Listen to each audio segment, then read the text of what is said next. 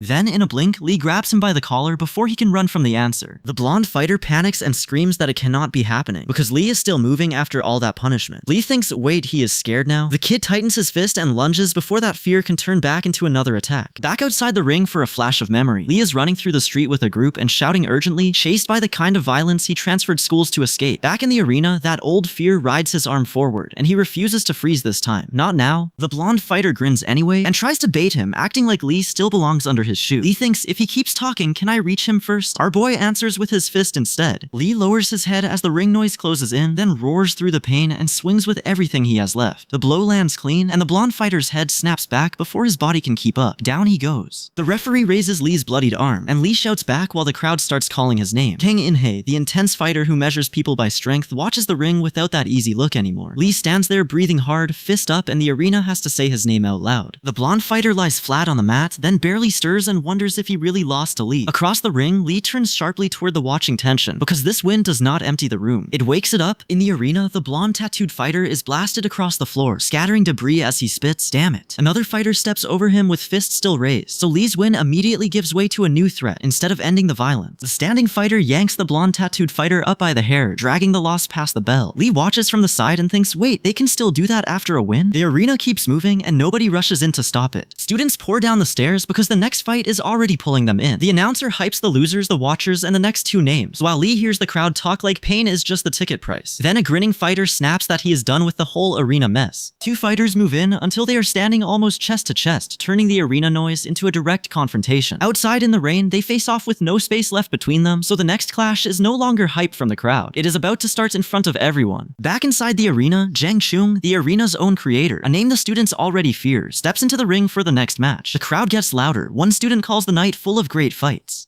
And Kang In-hae watches closely because Jang Chung losing here would shake the pecking order. Word is already moving through the stands. Jang Chung stomps in, loosens his body, and taunts his opponent about enjoying the beating coming his way. He wants the whole room to see control before the first real hit lands. His smile does most of the talking. Jang Chung presses first, but his opponent keeps slipping out of range, and the taunt flips back when the man snaps that Jang Chung cannot aim. For a second, Jang Chung looks late. The next second, Jang Chung catches him clean and bends the fight back his way. In the rain-soaked ring again, the smaller fighter lands light and tries to cut around the pressure. The bigger fighter chases him across the ring, forcing him into the open, and the next jump leaves no room to breathe. Too late. The attacker throws his arm up and shouts, "Got you." The smaller fighter answers with a brutal burst of slashing hits, then drives one final punch through the opening and sends him flying back. The crowd has a new problem to talk about. At the ring, Lee hears the question everyone is scared to ask: how did Jang Chung beat this guy last time? The beaten fighter lies dazed, and the answer starts walking forward without a speech. Nobody in the front row moves. Jang Chung does not chase the noise. He waits for the opening, drives a kick up through the guard, and the cracked window behind him tells the rest. Lee thinks, how did Jang Chung survive that before? Back in the ring now, the next exchange turns ugly fast. The fighter at the ropes growls that they should get it over with, so Jang Chung answers with short punches that keep landing. No room left. Blood sprays across the fighter's face, but he grits his teeth and keeps attacking. A violent blow explodes through the exchange, then a double flying kick crashes down on Jang Chung as he falls and slides across the ring. Jang Chung loses the center, and the fight swings against him. The challenger gets blasted across the ring floor and crashes into the ropes before he can stop himself. The watchers freeze first, then the crowd erupts in one huge shout. Kang In-hai stares harder now, because that hit should have ended the whole match. The front row starts cheering with fists up, but the mood shifts when the knocked out fighter does not get back up. Jang Chung stands alone in the ring, glaring down, while sharp eyes in the crowd start measuring what they just saw.